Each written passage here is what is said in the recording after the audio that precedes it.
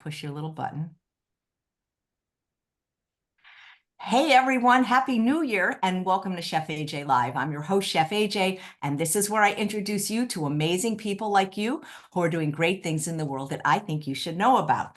Well, Happy New Year, everyone, and I want to thank you so much for watching my show. You know, today I start my 5th year of broadcasting at least one show live every day, and as my special gift to you, I have a Chef AJ Marathon. We will have 14 hours of continuous programming today, starting with a very special guest to kick your New Year's off right, to inspire you and motivate you to make changes and continue on your journey of health, healing, and weight loss. We will have 12 guests from all over the world, all different walks of life, all vegan though. And we will be starting off with none other than Dr. John McDougall. Please welcome him to the show. Dr. McDougall, this is not the first time that we have coordinated colors without even talking to each other. Yeah. Well, we must be like minds in the universe, AJ. And these are all live shows you're going to do today? Some of them, Dr. McDougall, I do like to take time to eat and sleep, so I had to pre-record. Some of it. Okay, well, I'm glad we can start with a live show. And I'm honored that you started the new year with me. Well, who better? Because, you know, you always talk about making the change, and if not now, when, right? Yeah, well, you know, the forces have never been greater. Yeah. You know, Dr. McDougall, you've thousands of patients, thousands of success stories on your website, US Star McDougallers, and I have only worked with a fraction of the people that you have. But one thing I often hear is I'm too old. It's too hard to do it at my age. I can't lose weight. If you don't mind, I would like to bring on a lovely lady who I just met last week, who came on my show, who at the age of in her 60s on 17 medications was told to read The Starch Solution by Linda Middlesworth, and she would like to thank you. Is that all right, Dr. McDougall? Yeah, no, listen, those are the kind of things I thrive off of. I've said so many times, the real gift in life is helping other people. You know, that's where you get your rewards. And so since I haven't been able to change the world, and I've tried, I've gotten my satisfaction out of each and every individual I've been able to touch and help. And when I say I mean the team, because it has been a team effort, as you well know. What's amazing is it's, you know, obviously the people that take the McDougall program, and you have another one starting this month, have tremendous success. But just simply by reading your book, she was able to accomplish this. Please welcome back to the show, Margie Burton and her sister, Helen. Yeah, isn't that amazing? We give it away free. So Margie, here's your chance to meet Dr. McDougall. Dr. McDougall, I am so humbled. In fact, it's almost bringing tears to my eyes, because you changed my life so dramatically, and you don't even know me. And I think there are thousands of us out there, and I just wanted to represent some of those thousands and just thank you. Well, you got to tell me a little bit about what happened. Well, 8 years ago, I knew that I was going to be changing my medication scheme in a year. So I started at age 64, and I thought, I'm going to get healthy. So what did I do? I go join a gym, and that's where I met a very fit 71-year-old who was leading us through exercises. And she said, you know, it's great that you're here to get stronger, but this is not going to help you if you're here to lose weight. And I perked up at that, because that's why I was there. I'd had a weight issue my entire life, and I thought I wanted to get healthy. And so she said, see me after class. And so I couldn't wait for class to end fast enough before I ran up to her, said, what do I need to do? And she said, you need to do 2 things. One is to watch Forks Over Knives, the video on Netflix. I said, I can do that. She said, the other thing you need to do is order The Starch Solution by Dr. John McDougall. And so that's what I did. It came the next day, and I just voraciously read it. I thought I'd never heard any of these things before.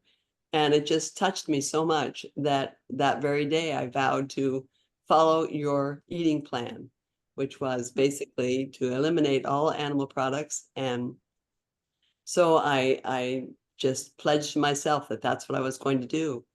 And I live with my husband and my older sister, who is sitting here with me. My sister Helen is developmentally disabled, and she's autistic as well, and she lives with us. And she wasn't real happy about changing, so I fixed 2 meals for my husband and my sister, and meals for myself. And that, after a month or so, my husband said, you know, we'll just eat the way you eat.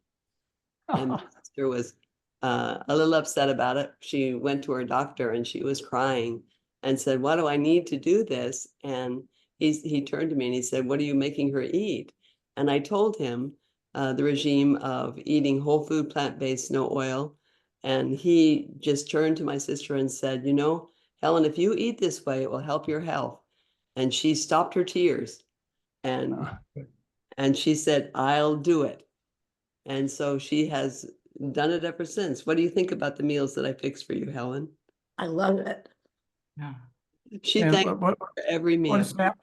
what's happened to you and Helen? That's a great story. You really emphasize a message that I've had for a lot of people in mixed families. And that is just do it. And pretty soon people will say, "Why bother kicking the meat and the cheese? And what I really like your soup, the way you made it." And so, yeah, as an individual just starting out, you change your whole family, which is how Mary and I would really like it to be done in mixed families. So I'd like to hear more, please. You provided lots of recipes for us on your website, and I'm so grateful for that. Helen and I lost about 100 pounds each. We kept it on. Each? Yep. Come on. Yep. And I got to be on the cover of Woman's World magazine for my weight No. loss. So that's me on the cover, along Well, with I hope you mentioned our name. absolutely throughout the entire article. I talked about how Cool. I considered And myself. let me see that issue again. Tell me what issue that I didn't see that. And which issue is that? This is a heal your gut issue because I'd had a lot of problems with IBS. Uh-huh. And then I also was on a Woman's World. They used the same picture twice. Oh, wow. This was another issue with me. They didn't Is that choose to use my recipes, but they chose to do some recipes that I told them that I really liked. And so, yeah, we just feel like if there's any way that we can help pay back, we try and encourage other people to eat the way we do. And I tell them to get a copy of the Starch Solution or the Maximum Weight Loss book. And I was a teacher for many years, taught elementary school. And the big thing that we used to say was we're out there planting seeds. And we often quoted a quote from Dr. Albert Schweitzer. It's not always given the sower to see the harvest. And I just felt like today, I wanted you to know that there's a big harvest out there that you may not even know about. So there are thousands of us who consider ourselves McDougallers. So thank you for changing our lives and the lives of those that we come in contact with. So sorry to get emotional, but it changed me dramatically. Well, if you want to make my day a little bit better, the beginning of the year 2024, first day of the year, tell me what happened to you. You lost over 100 pounds each. You had indigestion problems. I mean, I'm having to drag this out of you. Did you get off any medication? Does your gut feel better? I mean, and your sister, just spend a few minutes making me feel good. Okay, Helen was a type 2 diabetic and it cured that totally. So she was on 3 medications for that. And so she's no longer on those medications at all. I was on many, many medications, cut out about 16 of the medications that I was taking. I still take a few medications, but compared to what I was on, just dramatic change. I used to not be able to, I had to use a walker to get around the last year that I taught. And so I was known as the teacher with the flower in her hair and the walker at her side. And anyway, I did have some knee surgeries and things that helped me, but I never thought I'd be able to really run again or be active again. And I now volunteer at an equestrian center that caters to the disabled, where I get horses ready and I lead horses during the lesson. And we have to run to trot the horses for the riders. And I never thought I'd ever be able to run. And I can run now. And I'm not tired. And people marvel when I tell them that I used to weigh 100 pounds more. They think, no, really? They couldn't imagine me weighing so much more. So it truly has changed our lives dramatically. Helen can get out there and walk, and I make her use a walker just because she's sometimes a little unsteady, but at 70, almost 77, she's She's doing well. So our health is dramatically that's improved. Margie, do you have a before picture of either of you? And also, can you either tell or show Dr. McDougall what Linda told you to always carry with you? Okay, I don't have a before picture other than the one that's on the front of the magazine. Sorry about that. I feel like I just told my story last week, which I did to Right, Chef but Dr. AJ. McDougall didn't see it. Can you tell him what Linda Middlesworth told you to always have on you 24 hours a day? She said, always have a bag of potatoes with you. And I yeah. found Yukon Golds and sweet potatoes were my favorites, and I would make sure I had those cooked in a little baggie that I took with me. And anytime I saw anything that tempted me at all, I'd just pull out my baggie wherever I was and start eating potatoes.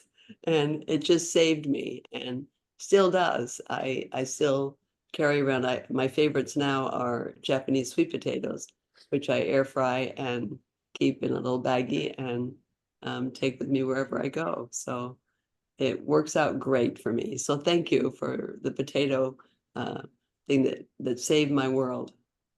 Yeah, potatoes are well, Chef AJ and I would certainly agree that the potatoes, it's the pillar of worldwide nutrition. It's what has saved many populations in the past, saved many individuals today, and will be a future food because potatoes grow so many places and so under so many conditions, and they provide so many calories compared to other starches. So you pick the right starch. One of the things that did you suffer a lot making this change from the way you used to eat to a starch-based meal plan? Was it difficult for you? Not for me. It's some of the things that may interesting. have gotten in the way. Yeah, it's interesting how some people truly feel like they can't sustain it. But for me, it was wonderful because I had to limit the amount of food that I was eating my whole life. I felt like, okay, one little 6-ounce container of yogurt was what I would have for lunch as a teacher. And I just feel like now Linda Middlesworth told me to eat more if I felt like if I felt weak or something. She said, just eat more vegetables, eat more beans, eat more greens. And so I started trying to do that. And it was hard at first to eat more. That was the thing, because my whole life, 64 years, I tried to limit the amount of food that I was putting in my body. And now I could eat till I felt full. And so it was just fun to feel like I could eat and I could feel full and still lose weight. So I just love the fact that I don't have to limit anymore. I don't have to weigh the amount of food or count calories. I don't have to do any of those things that I used to do, which means that this is just a much easier diet for me, a way of life, a way of eating that has been very helpful. Helen has to rely on me to get her food for her. So I do make her weigh once a week to make sure I'm giving her the right amounts. But she's doing well. She's about at that 100 pounds lost all the time. Let me ask you. You saw your sister get better. I assume your husband got better. Can you picture some of your friends that need this program, of starch-based meal plan? Can you think of them, and can you imagine any of them starting the program that you started and not having the same results that you had? I can't imagine Would you not expect having the to have the same same results, or were you just somebody special? Or would you look around you and say, hey, if everybody did this, everybody get the same results? I mean, once you understand this Right. and you see the world from this point of view, every place you look, you go to a shopping center, you go out to eat, you see some of your friends and relatives, you know why they're in trouble. You look at their dinner plate, and you know what would happen to them if they just made a simple change to eating the bulk of their foods from starch and limiting the oils in the animals. It always works. You and I and AJ are not exceptions. It always works because that's the problem. It's the food. So 2024 it is today, and you have a great story, and I'm sure glad you brought your sister along. But what do you think? Any advice you'd give to the average listener out here? Because I have to say, you are a star McDougall, and that's one of the more interesting stories I've heard, but it's not unusual. It's typical. So, any thoughts you've had that you'd like, if you had a chance to talk to the whole world, and you do, when you're on Chef AJ show, you're talking to the world. That's what I'm Any discovering. wisdom that you've discovered, what, 5 years you've been doing this, so. Yeah, I really wish that everyone would give it a 3-week chance. You know, if you just would try it for 3 weeks and see how you feel. Some people say, I've only made it through a week. They go through a week and they go, okay, I can't do it anymore. And I think, did you lose weight in that week? Oh yeah, I lost weight. But I don't think I could do this. I love meat too much. And I think, oh my goodness, I love animals too much. You know, it's what are you doing to the world? And I think we don't let people know about what's happening to the environment. You know, people think they care so much about the environment. Yeah. You know, I just find myself thinking you really haven't investigated thoroughly enough to care about the environment if you're still eating animal products. So anyway, I just feel that if people would just try it, just give it a try, it can't hurt. It can't kill you for 2 or 3 weeks, but I wish they would just try it and see how it makes them feel. Because I felt better right away. You know, I suffer from all kinds of problems: fibromyalgia, irritable bowel syndrome, migraine headaches, myofascial pain syndrome, chronic fatigue. You know, I had lots of issues, and now I really don't suffer from those anymore. So, and I don't have to take the medications, the pain medications and preventative medications that I was on for so long. So it certainly is much cheaper. People say, oh, it'd just be too expensive to go on a plant-based diet. And I think the cost of meat these days is just horrendous. You can just eliminate that and understand that your medications would cut back as well. And you would feel better. Everything you put in your mouth takes a toll on your body. And you just need to understand that when you're putting the right foods in your mouth, your body will thank you and respond accordingly. So it's made a huge difference to me. We are grateful to be McDougallers and will always be McDougallers and try to help the world to make changes as well. So I can't thank you enough. Thank you, thank you, thank you. And your wife as well. And all those who Well, work with you. Your work has made a huge difference in the lives of thousands of us that you don't even know about. So thank you. well, thank you. It always feels good to hear that we've made a difference. You know, I don't think I'll ever get over that kind of pleasure to know that I've helped people like you. And what people need to understand is this always works. If you're suffering from dietary diseases, which 91% of people, it was just a study out. In fact, we're going to talk about it next Sunday night.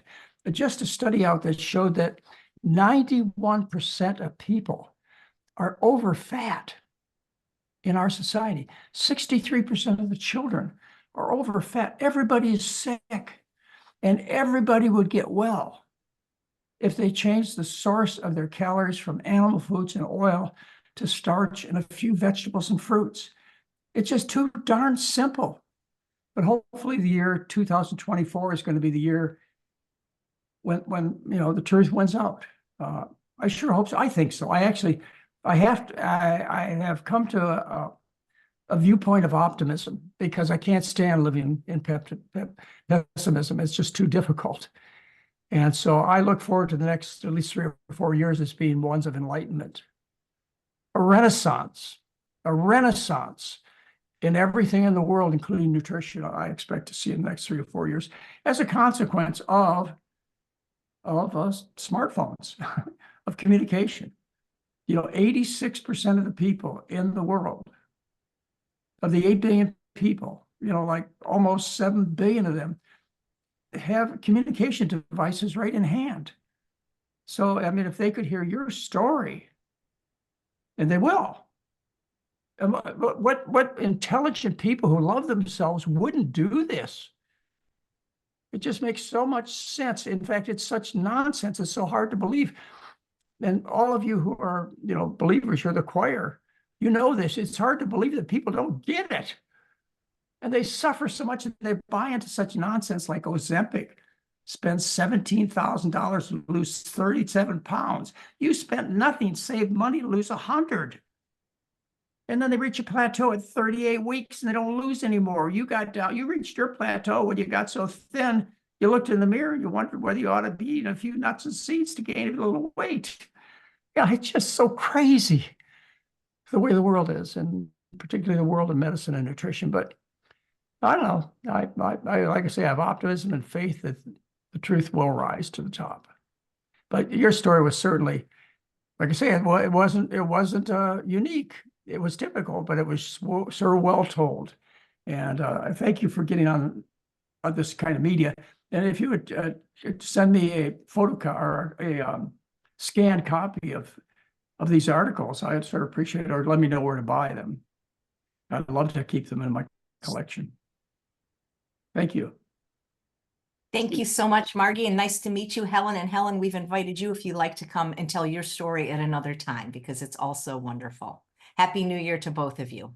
Happy New Year. Thank you so much. No, thank you. Bye-bye. So Dr. McDougall, I mean, we could do this all day. Like, you would not believe how many people want to meet you. I mean, I got to kind of like limit it because you have a show to do, but we're going to give a gift to somebody that watches regularly, because I had mentioned to Dr. McDougall when I came on, this is not, I don't wear this color a lot. Like, it's like some kind of psychic connection that we often match, or I have red on, he has red on. And so Dr. McDougall was saying that I'll give the prize, I'll give it one of my ebooks to the first person that can show if Dr. McDougall ever wore the same shirt twice on any of the broadcasts he's done on Chef AJ Live. I know at least 6 of the shirts came from me. Is that Patrick James you're wearing today? No, I have a much less expensive shirt. Well, Thank you. It always looks great. Patrick James is a little out of my budget. But those are nice But shirts. yeah, So the shirts I buy are nice shirts, but they, it's one of the things I started doing about 5 years ago after the fires, when I lost all my shirts. And I used to wear different shirts all the time, and really outspoken shirts. And I'd always kind of my protest to get back into living was to just wear a different shirt on every show. And I have pretty much done that over the last 5 years. But I'm glad we compliment ourselves. Yeah. And Well, I I'm think thinking that if anybody can show that you wore the same shirt twice, mail us at help@chefaj.live, chefaj.com, and we will give them a prize. I'll give them an ebook or something. Do you have any plans for today? And what did you do New Year's Eve? We went to sleep. Same here. We don't. No interest in partying. We watched. Well, Mary actually watched the New York Times fall. To bring in the new year. She's much more of a holiday participant than I am. She gets excited about Christmas and Halloween and birthdays. And thank goodness there's somebody that lives in my household who's not a bah humbug. So she keeps these things very exciting. So we watched a little bit of the New York bringing in the new year. Saw all the people, my goodness. All over the world, all the people. Isn't that shocking when you see these broadcasts and you realize this is more than your old community. We had a nice experience yesterday. We had some friends over for lunch, and they had just gotten back from Europe. And one of the more exciting things, they went on a couple of vegan cruises in Europe. And one of the more exciting things that I heard, it goes back to what we just did with this interview with Margie, is that our name is really big in Europe. Every place they went, everybody they talked to, of course, they had a biased audience. They were on vegan cruises, but they were aware of the McDougall work. So, I know we're pretty big in China also, and Japan, and in a large part, it's the fact that Chef AJ and I have had a relationship where we've been doing these shows for about 4 years together at least. Yeah, every Monday. 4 years, Dr. And sometimes McDougall. extra. Can you believe that we're going on our 5th year? Incredible. Yeah, right. Well, why not? I predict, I still think, because of the truth and the value of our information, that we're going to become viral. I hope so. Just think about what happened with these GLP-1 agonists, Wegovy, Zepbound, Ozempic. They over the last 2 or 3 years, they have become worldwide sensation. People, they mortgage their houses to get this medication that costs $1,000 a month. If such nonsense like that can spread the truth. It ought to stand a chance, I would think. I mean, good grief. We're talking about solving the problem. Ozempic, you lose your appetite. The McDougall program, you enjoy food. You love it. Your appetite's strong. You eat. Ozempic, you reach a plateau. If you started at 230 pounds, the average plateau hits you after you lost 38 pounds. Then you stop because the body wants to survive. On our program, you don't stop till you hit trim body weight. On Ozempic, you get nausea, vomiting, diarrhea because it is derived from a reptile venom from the Gila monster. It's poison.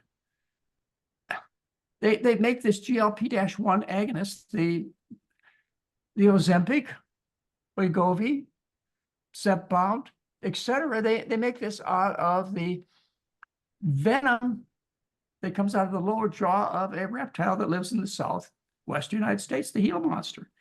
And it does what Gila monster poison does. And how did they figure this out, Dr. McDougall? well, they noticed that when you got a Gila monster bite, which only lasted a few seconds, you lost your appetite, you threw up, you got nausea, vomiting, diarrhea. That's how they figured it out. They figured, well, if we could introduce this long-term in people, they can lose their food hunger, they call it. They make them sick. If we can induce this, if we could cause the effects of Gila monster poison to last for many hours or maybe a day. And they did in the chemistry lab. They found ways of making the effects last long, a day and now a week. Some of these medications are a shot a week and sometimes a pill. So that's how they developed it. They learned how to get people to stop eating. They make them sick. And of course, the low carbers, they knew this for 100 years. This is the Atkins diet I'm talking to you about. You talked about the low carb diet fraud last month. That's right, didn't I? Yeah, these people, for 100 years, they've figured out at least that if you don't eat any carbohydrate, you go into ketosis and you lose your appetite because ketosis occurs naturally when you're very sick. So anyway, you got a choice when it comes to eating. No, that wasn't my point. My point was that if such nonsense as dieting, food restriction, which has been popular my whole lifetime and probably forever, people could buy into. If low carb diets that make you sick, where you eat the entire, half the environmental consequence, the animal foods, that if people can do that, if they can take and do this GLP-1 stuff, they ought to be able to buy into eating as much as they want of food they love. And it's good for the planet and good for animals. It just makes no sense. Of course, I don't think the entire world makes any sense. So I guess it does make sense if you look at it from that point of view. Maybe things are supposed to be chaotic. Maybe you're supposed to suffer. Maybe the world is supposed to end. Well, some of these thoughts I don't particularly care for. So I've been trying to at least make the one about health right.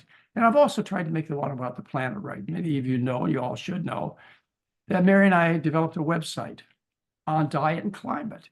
It's under the link McDougall Foundation, one word, McDougallFoundation.org, not com, .org. And you'll see the website we developed for individuals to change their diet to be planet friendly.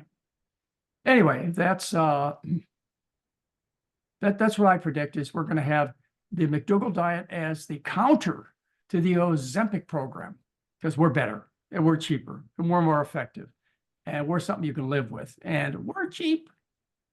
In fact, you'll cut your food bill by 60%. So that's my campaign for 2024. Do you remember fen-phen? Yeah, I remember fen-phen until it started causing cardiac problems. Right. So I took it in the 90s and of course it worked. But the thing is it only worked as long as you took it. And then you got that letter from the FDA and you had to have an echocardiogram. With these drugs like Ozempic and Wegovy, have they been around long enough to know that what the long-term side effects for some of these people might be? Because lots of celebrities are taking it now. Well, for sure, when you stop it, you regain the weight. I mean, that ought to be something disturbing to most people, that they have to remain sick at a cost of $1,000 a month for the rest of their life. You're stuck. Why don't you just eat oatmeal for breakfast or hash brown potatoes or pancakes or, go on for lunch and dinner for bean burritos or just potatoes. Actually, that's what we had last night for dinner to bring in the new year is we had sweet potatoes and broccoli, one of our favorite meals. And Mary made some peanut sauce because it was a holiday. She made it out of what was it, PB2? Nice. That Do you know, low-fat peanut. I've eaten sweet Hannah yam, which is a type of sweet potato, and broccoli every day for lunch for, well, I started January 2nd, 2012. So I guess 12 years now. See, from our point of view, because we've learned differently, to have to sit down and eat, some of the typical American foods, particularly without the salt, sugar, and spice covering up their tastes, would be really, really revolting. I mean, can you eat a piece of boiled chicken or boiled beef? You've got to cover it up with steak sauce or barbecue sauce to eat it. You couldn't eat cheese unless they put a ton of salt in it. You couldn't drink milk except for the fact that it's 30% sugar right out of the cow. And then they add more sugar to make ice cream and yogurt and so on, so that you can get it down. It's so disgusting. Anyway. But I think things are going to be very, very positive, at least over the next few years, AJ. I'm excited about it. After that, I don't know. Well, I'm 76 years old, so after that, I don't really count that many after that. I'm hoping for a few good ones, but nice. Did you have a anyway? I put together for you. Let me tell you what I put together, because I've given you the video lectures. And they're all up on YouTube on heart disease and cancer and breast cancer and diabetes and weight loss and all the things we've been talking about. And I don't mind repeating those lectures because I love giving them the first time, and I'll be glad to do it. And parts of it I will do. And on Saturday nights, on Sunday nights, Mary and I and Heather get together for a live YouTube presentation at 5 o'clock Pacific time, where I will update things and tell you some of my new thoughts every Sunday night. And then Chef AJ allows me on her show every Monday, and the first Monday of every month. Not every Monday, the first Monday of every month. And, we'll bring things up to date there. But a long time ago, I started a list of things that I'd like to be remembered by in terms of things that I've stated. And I originally called these epitaphs because I figured you could at least put one of them on my gravestone, except I'm not going to be buried. So I put together these. Over the last couple of days, I put together 55 years of things that I've said. They're not necessarily original, so don't fault me on that. I don't know that there's anything original, but these are things that I would like to be known for. And we'll be able to just cover a few of them today. And then what I'd like to do over the next few Mondays is I would like to be able to go over the list further. And I've given you the whole list for now, and I'll be updating it and so on. But these are the things that I've said in the recent past and the distant past that I'd like you to understand why I said them, and to be able to refer to these things when you need emotional support, or when when you need some messages to share with friends and family. Refer to some of these quotes and hit them with these. And if they want to see supporting evidence, the books, the videos, the newsletters, 5 o'clock Sunday night presentations, the Chef AJ shows, they're all there. The science is clear and consistent. So let me go through a few of these thoughts that I've had. And most recently, one of the things that's come up, of course, whenever you have detractors, they're going to find things that support their reason for detraction. They're going to find negative things. They're going to cherry pick, as always. There's new human nature. I expect it. In fact, I'm amazed if you put in the internet McDougall and adverse effects, or McDougall is bad, or whatever, how few things you come up with. Particularly living in the world that we live in, and how cruel people can be. But one of the things that's been said lately is people have read my books. The last book I published was in 2011, so that's been 12 years ago. And the first book I published was in 1984.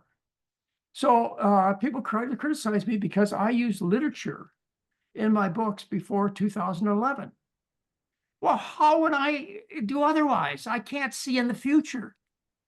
So references appear in books appropriate to the date I published them. Fortunately, prior to 1984, basically everything important had been worked out in terms of nutrition and medicine. Let me say that again. The truth was known during the previous 100 and sometimes 1,000 years. The truth was known about diet and medical care, which are my interests. Diet therapy is my interests. So if they were right before 1984, they ought to be right now. Because folks, then it's the reason I keep saying the same thing over and over again. It's because, folks, the truth don't change. The truth don't change. All right. And I want you to remember me for that, although it's not an original quote. And if you criticize me for using old data, 2 points. One, they had it right the first time, and two, the truth don't change. But what I've done on our upcoming presentations, and I'll continue to do, is I have, because I'm a passionate reader of research and science. That's what I do. You know, I'm in the process right now of reading a couple of novels, but most of my time is spent in the journals. And so what I do is I pick out articles that are current. And you may come to the conclusion that I have cherry-picked these articles. No, ladies and gentlemen, these are majority opinions. This is what doctors are coming to the conclusion of today, which I said back in 1984 and before. You know, like heart surgery doesn't save lives. This is now the consensus opinion. I'll talk to you about this next Sunday night. Just a major article. It doesn't save lives. You know, it goes on and on and on, the things I've been trying to tell you. As researchers look over these particular principles, the truth don't change. And they come to the same conclusions, even when many of them have heavy biases because they work for the drug and the food industries, or they happen to sit down to a dinner plate of cheesecake and steaks. So they can't see the truth. The money and their own personal habits get in their way. But anyway, that's what I've been dealing with lately in terms of the major critique against McDougall is in his books, which were published before 2011. He uses research that's dated before 2011. Anyway, the truth is that we suffer from food poisoning. And I've tried to make it really simple for people to understand. And the categories of food poison are two. There's other poisons we deal with, like tobacco poisoning. And then that comes from tobacco. And there's alcohol poisoning. And we know what that is from, and we know what to do, right? Okay, well, when it comes to food, we can make it almost that simple. Instead of just one thing you have to change, tobacco or alcohol, there's just two things. There are two sources of food poisoning. And those two sources of food poisoning are animal foods and free oils. Free oils, you know, that's a new term for many people. Free oils is when you take the oil out of an orange and you have orange oil, or out of a peanut and you have peanut oil, or out of an olive and you have olive oil. You leave everything behind except the oil.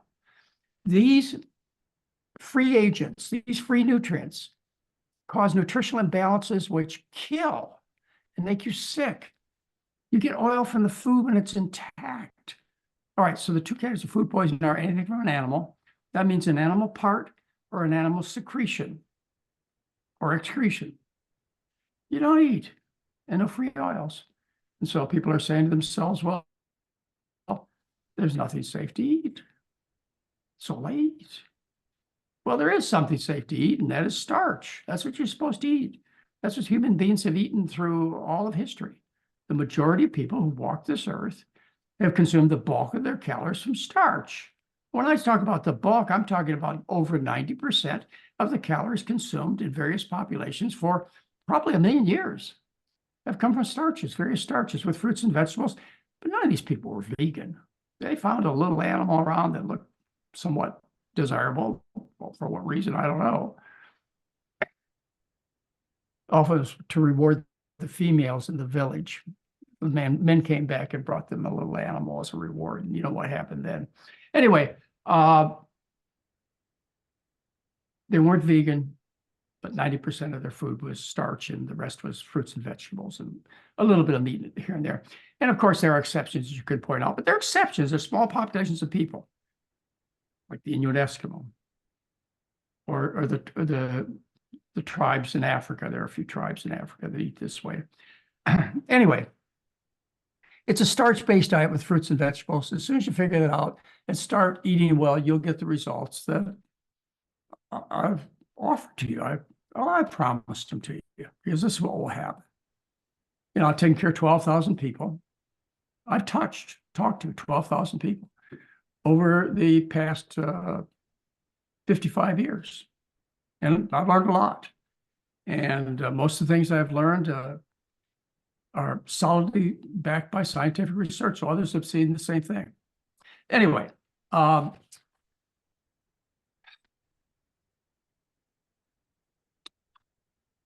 okay.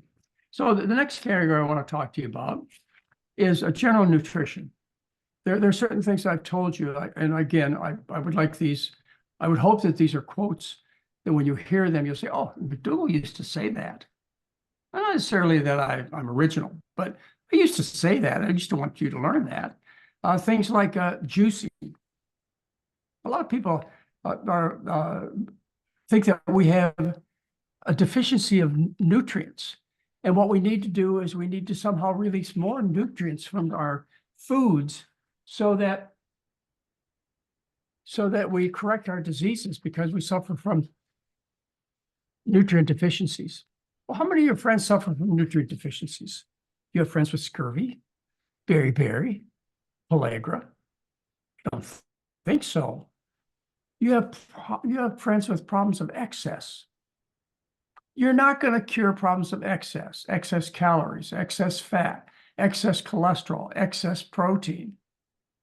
You're not going to cure these problems of excess by treating deficiency diseases with more vitamins and minerals. And what you do by juicing is you release more vitamins and minerals and more calories too. So it's going to be less helpful when you eat juiced foods as opposed to eating them whole. You do not improve the quality of a fruit or vegetable by hitting it 1,000 times with a steel blade. What happens is the insulin levels go higher. The blood sugars go lower. The appetite returns quicker and stronger after you have damaged the food. So it's better to eat your food intact, in other words, whole food. However, I want to add a side note. Minor refining, such as white rice and some of the corn meals that are made, it's a minor issue. But we don't teach you to eat refined foods. We encourage you to eat them whole. Some of you are going to come back to me and say, hey doc, I like my pastas refined. That whole wheat pasta is just too much. You'll still do well on refined pasta, white rice. But that's not the best you can do. So to carry along with this discussion of damaging your fruits and vegetables, how about taking supplements? How about buying damaged food and extractions of damaged food and concentrations and isolations of damaged food? What we're talking about here is we're talking about vitamin supplements and mineral supplements. We're not talking about natural medicines, all right, like St. John's wort. There are a whole bunch of gugulipid. There are a whole bunch of natural herbal medicines that sometimes people call supplements. No, they're natural medicine. We're talking about components of food that are removed, which you're adding back in a concentrated, isolated form. And when you do that by taking a pill, you create nutritional imbalances because you flood the system. with one particular nutrient. And the system's designed to accept an array of vitamins and minerals and other phytochemicals that is proper for the human being. And this relationship has been developing over hundreds of millions of years. So that your intestinal tract and your body needs meet what is being delivered by the potato and the rice and the fruit and the vegetable. But when you flood the system with concentrated, isolated nutrients, which you buy as supplements, pills and liquids, you cause imbalances in this natural, delicate system. And as a result, what we find in scientific studies is that people who take supplements have an increased risk of dying. The Cochrane Collaboration, a respected organization, says that for 1 million one-a-day vitamin takers, one-a-day supplements, there are 9,000 extra deaths due to the supplements. You increase your risk of heart disease and cancers and overall mortality somewhere between 10 and 30% based on major studies done when you take these supplements, because you create nutritional imbalances. You disrupt the system. It can't defend and repair. So don't take these supplements. The only exception that we offer is to take a supplement B12, which needs to be added to this list. I'll update it. Okay, there's no such thing as dietary calcium deficiency, yet an entire industry is based on this. There's never been a case of calcium deficiency ever described on any natural diet. That's what the research says. So when the dairy industry comes out and promotes all this need for calcium, you say, show me the research. And they say, well, how about osteoporosis? Well, osteoporosis is not due to calcium deficiency. It's due to protein excess. It's due to excess acid derived from eating animal foods. That's what it's due to. So no such thing as calcium deficiency. And when you buy into this message, you buy into the problems of eating more dairy, and the problems eating more dairy are more of the typical chronic diseases: heart disease, cancer, diabetes, obesity, etc. Constipation even. So, all right. So there's no such thing as calcium deficiency. There's no such thing as protein deficiency. It's impossible to design a protein deficient diet unless you do it in a laboratory. Vegan diets don't even come close to failing when it comes to the need for protein. It's never a problem. Yet, I have to say the most important nutrient, at least according to the supermarkets and the advertisements I see on TV, the most important nutrient that you can seek out for you and your family is protein. There's never been a case of protein deficiency. And when you buy into this, you end up taking an excess protein, to meet these tremendous needs, which we don't have. And you take in too much protein, and as a result, the body has to eliminate it. And it has to metabolize it in the liver, which overworks the liver. It metabolizes it in the kidneys, which overworks the kidneys and causes them to fail too, and causes the body to lose the bones into the toilet. The bones are dissolved from these high protein diets, and they're excreted through the kidneys into the toilet. In the process, they form calcium-based kidney stones. So it's harmful to believe in messages of industry such as calcium deficiency and protein deficiency. You end up erring on the side of harm to you and your family. All right, how about consuming dairy in general? In a chapter in the book, The Starch Solution, the final subsection is titled "Dairy is a Dirty Word." Dirty in terms of environmental contaminants, dioxins, DDT, PCBs, all kinds of environmental chemicals. You suck up into dairy products. And how about microbes? Dairy is the most recalled of any of our food groups by the FDA because of contamination with microbes. Listeria, mad cow, salmonella, staphylococci, on and on and on and on. Dairy products are infected. It's a dirty word.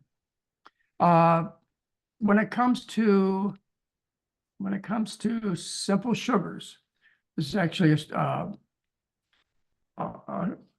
comment that came up recently when we had a couple over for lunch I told you about. Question was, well, how about simple sugars? Now, this is a person who would like to lose a little bit of weight and follows the McDougall diet strictly. So the question is, how should I answer her properly for her particular needs? Well, first of all, sugar, pure white sugar, table sugar, it's empty calories. It's concentrated calories. It's 4 calories per gram. When you add water and fiber, you change this to starch, which is only 1 calorie per gram. But pure sugar is very concentrated calories, and they're also empty calories, and they're calories the body would prefer to burn over fat. And so when you eat sugar, the body uses the sugar for daily activities and leaves the fat on your buttocks, thigh, or abdomen. Simple sugars rot your teeth. Simple sugars provide calories without protein or fat. And that's good. And that results in a diet known as the Kempter diet, which is an extreme, taking care of people who are very ill. It's a diet that's 94% sugar. It's fruit juice, white rice, and table sugar. People thrive on this kind of diet. But they shouldn't misinterpret to say, well, it's okay if I include as much sugar as I want in my diet because it makes me feel better. Rots teeth, raises triglycerides, discourages weight loss. I think you ought to think twice about it. It should be a flavoring at most, and what we recommend is that people consume for enjoyment, only for enjoyment. About half a teaspoon, maybe a teaspoon of sugar sprinkled over the surface of their foods daily. When it comes to salt, that's another misunderstood nutrient. We need minerals. That's why we have taste buds for minerals on the tip of the tongue. So you need a certain amount of minerals, and sodium provides minerals. Not just 2, but, well, unless it's some kind of salts provide other minerals too. But it provides minerals, which we seek. And they're necessary for good health.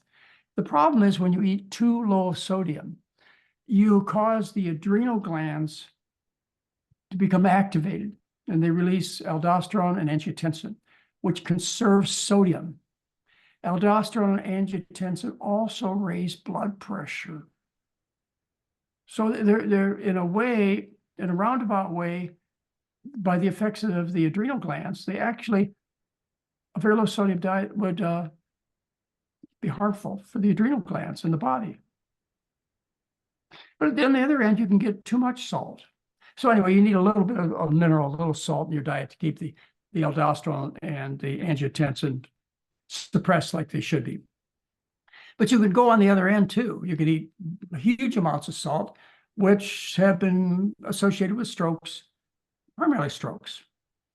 And so we don't want to do that, but we need a compromise, a little bit, not too much, just like protein, just like carbohydrates, just like essential fats. A little bit, but not enough. So the idea that you need to eat a sugar-free and salt-free diet, I don't believe in. Because you, number one, you love these flavors. And sprinkled on the surface of food, you're going to do well. You're going to be in good health and also enjoy your food. The last nutrient I didn't talk to you about was essential fats. And you should remember my statements on essential fats. These would be your omega-3 fats. The message out there is to eat fish, or at least to buy omega-3 fat flaxseed supplements to get your omega-3 fats.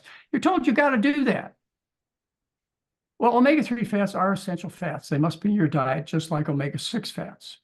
They are only made by plants. No animal, no fish can make an omega-3 or an omega-6 fat. So where do the fish get the omega-3s? By eating algae and seaweed. Plants make omega-3s. You cannot develop omega-3 fatty acid deficiency on a whole plant food-based diet, starch-based diet. You shouldn't be taking these supplements. These supplements, omega-3 fats, the fat you eat's the fat you wear. So they're going to at least discourage weight loss. These fats, some cause the blood to clot, some of them cause you to bleed. All of them promote cancers and obesity and diabetes. And some of them promote heart disease. Some of them don't. So they should be obtained in their natural packages, which is starches, vegetables, and fruits. You'll never miss. Don't take these supplements. They will make you sick, not just deplete your bank account. So anyway, AJ, I think I'd like to stop there and maybe continue in our next session next month in February and go through some more of these things.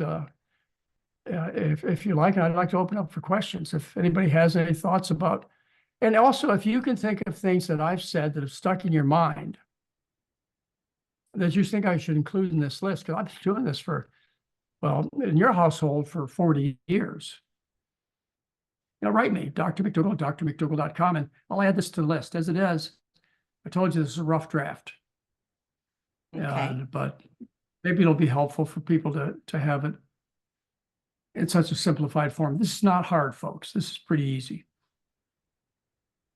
Well, you have time if you'd like to keep going. I have questions that were submitted in advance, but I don't know. I mean, they're not necessarily on what you talked about today, but would you like me to ask at least a couple of them and see if you want to take a stab? And then, of course, guys, this would be the time now to put questions in the chat. So this is from Sharon, and she said that she has a mammogram done every year. However, this year her doctor suggested she also have a breast ultrasound done. She breasts.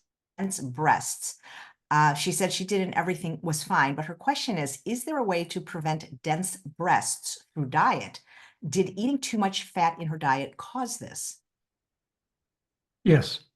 The researcher I have in mind is named Boyd, B-O-Y-D, published in the Journal of the National Journal of the National Institutes of Health, published in 1991.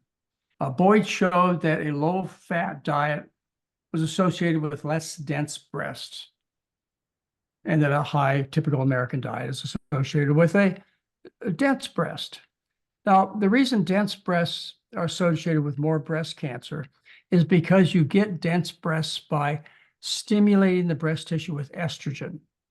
Estrogen promotes breast cancer and also causes the breasts to thicken, stimulates the growth of the breast tissue so they look thicker on a mammogram. And that's the association. It comes back to the estrogen, which comes back to the food, which is related to the food itself, plus the chemicals, the xenoestrogens that industry makes that ended up in our foods due to bioaccumulation from the food chain. So yeah, you could change your breasts. It'll be associated with overall weight loss. You're going to lose body fat too. And Boyd's research, you have any trouble finding it, write me and I'll send you the paper. Boyd's research clearly shows that. Journal of the National Cancer Institute, 1991, guy named Boyd.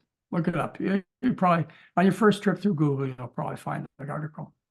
So Dr. McDougall, if she were, maybe she's changed to a low-fat starch-based diet, but will that help the breasts be less dense in the future? Yes, that's what Boyd's work shows, is that's exactly what he did for women with dense breasts. He put them on a low-fat diet and showed their breast density decreased.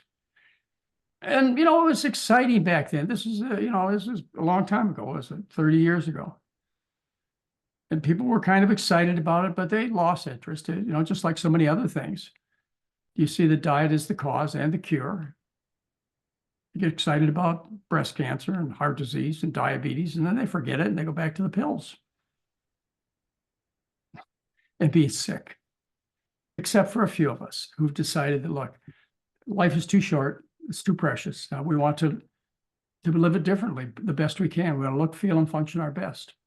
So yes, you'll be able to, but the important thing is that you reduce your risk of breast cancer going forward. That's the important thing, not whether your breasts are dense or not. This is just something found on a mammogram. which is due to overstimulation of the breasts, from estrogen, which is due to the food. It's food. Yeah, I have this little mug. I got you one, a little reminder mug, right? But I think at least in the vegan or plant-based world, that seems to be the biggest source of disagreement, starch versus fat, nuts versus potatoes. Well, it's too bad that they make their premises on something besides research. So, I unless you are passionate about the science and read it and understand it and know the tricks, you think all science is equal. Just like in politics, you think all of the politics are equal until you start looking into it. And then you find, my goodness, they say drastically different things. And there are reasons why, and not all those reasons have to do with the truth and science. So I'm real happy with the position that I've taken, both in politics and science. So those of you who want to live in ignorance, what can I do? I'll try and enlighten you. People tell a story that they believe in. And if you believe in the story that teaches that you need high protein, high calcium, lots of calories diet, if that's the story you live by, and the disease is not only the cause is not known, but it's not treatable, or the causes are emotional problems, or I don't know, maybe aliens shooting lasers down at people. I don't know what story you buy into, but you're buying into a story that makes you and keeps you sick. Why not try another story? Try a story that tells you're supposed to look good, feel good, and function well. And that's what all your friends and neighbors and medical people should see. Even though you may be overweight and sick, they should see a healthy, trim, fully functional person in front of them who has not been able to express this personal appearance and activity because of the story they believe. They believe starches are fattening. And they believe that you have to eat meat for protein and dairy for calcium. Well, look at the results. 91. I'm going to talk to you about the paper on next Sunday night. The new data out, 91% of people, 91% of people are overweight. Overfat, they call it overfat for their health. They're buying into a story told by industry. And the industry goes on and continues to tell this story that they're going to be saved by industry. Monsanto will save you. Eli Lilly will save you. They're not going to save you. They haven't saved you. Look around. 91% of people are sick. So, but we're not. And the friends and relatives who eat a starch-based diet, they're not. I mean, there may be some residual from their previous life or, on misfortune. We do get injured in life, and some of it's permanent. Anyway, you have another question, AJ? Yeah, I do, actually, from Neil. And he wanted to know how you feel about saunas. Are there any benefits to doing one? I Is it don't know. Cardiovascular health, asking specifically. I don't know. Okay. I bet if I looked up on the internet, I would find some pretty positive things about saunas. But, we've all been told how they cause your body to excrete poisons. Probably do. I'm trying to think about some research that I've read in the past, but it goes back a long time, about how saunas and steam baths and hot tubs and so on do cause the body to release some toxins. Whether that's true or not, I'd have to find out. I'd have to research it. I certainly have known in my past, when I've been sick, like with a flu or something, that a sauna was pleasurable. I went into the sauna with the idea that it was somehow going to cure me. It never seemed to. So I'm sure it feels good. At the very least, it does no harm.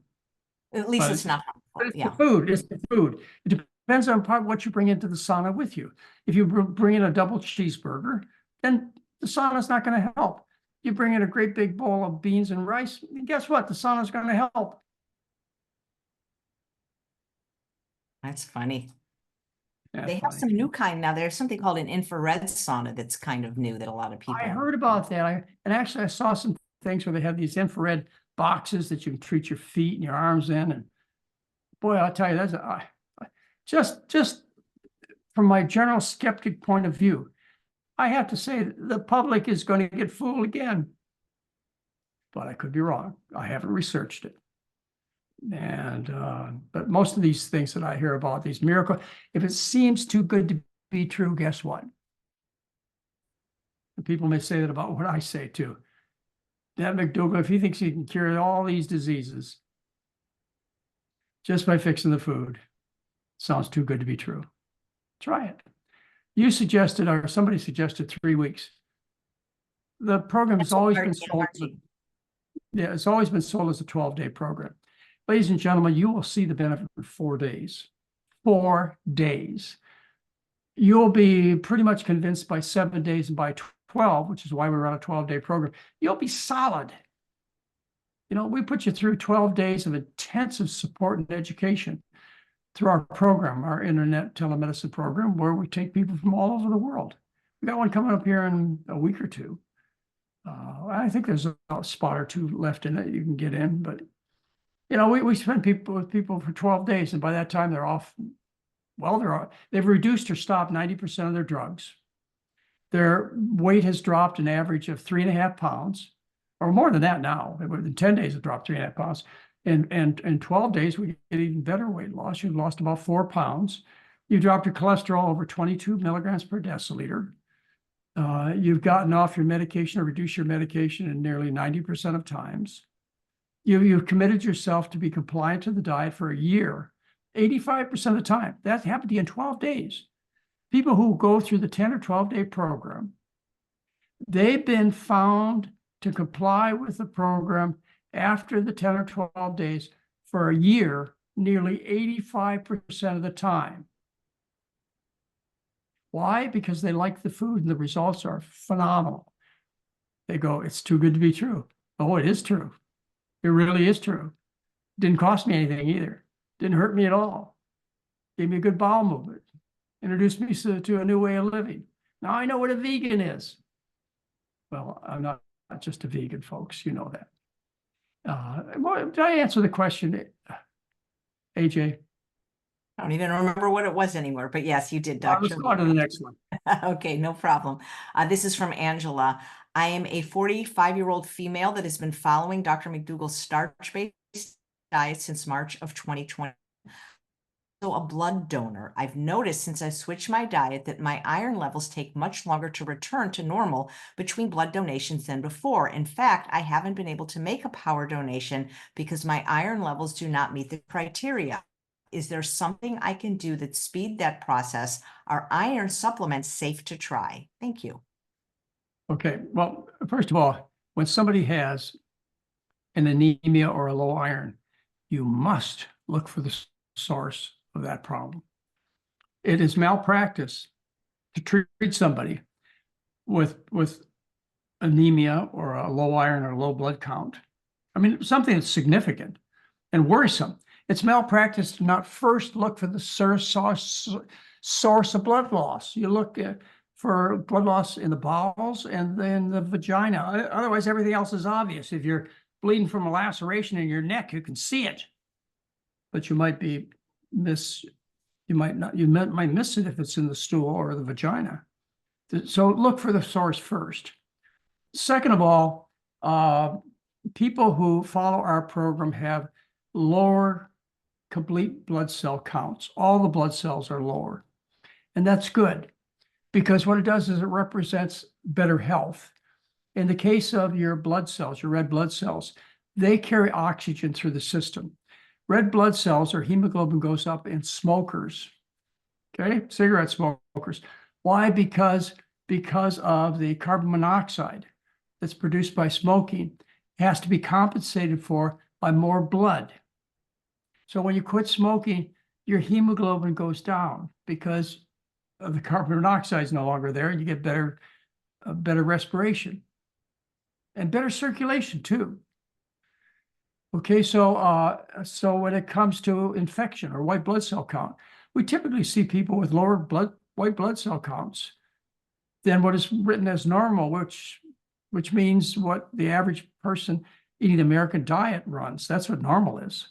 So because we have less inflammation to deal with from all kinds of sources, we don't need a strong inflammatory response. We don't need a high white blood cell count. Now, as far as taking iron goes, pills, well, there's loads of iron in the food, so you don't have to look for any special iron source.